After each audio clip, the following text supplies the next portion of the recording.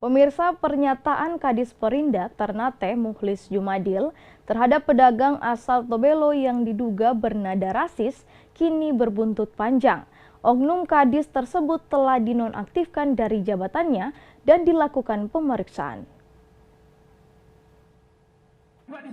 Sejumlah massa yang terdiri dari mahasiswa, pemuda, dan pelajar asal Tobelo, Galela, Malifut, dan Borotai menggelar aksi atas dugaan rasisme yang dilakukan Kadis Perindak Kota Ternate Mukhlis Jumadil terhadap pedagang asal Tobelo.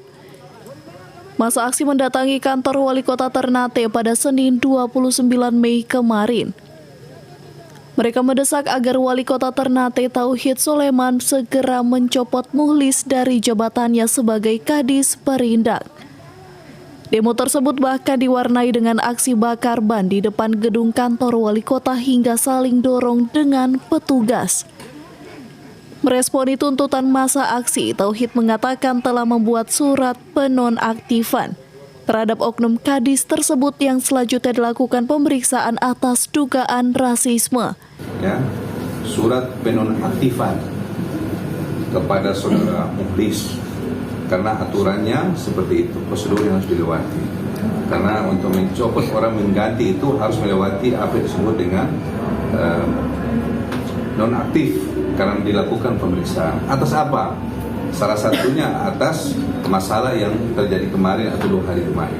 Jadi hari ini saya menyampaikan terima kasih atas masa aksi dan ini sebuah check and balance yang dilakukan antara warga dengan pemerintah. Ya. Sebelumnya beredar video memperlihatkan kemarahan Kadis Perindak Ternate yang melarang pedagang asal Tobelo untuk berjualan di kawasan Pasar Ternate. Sontak rekaman video dugaan rasisme ini pun viral usai diunggah di media sosial dan mendapat beragam kecaman dari warganet. Dari Maluku Utara, Opik Syarifuddin melaporkan untuk Kawanua TV.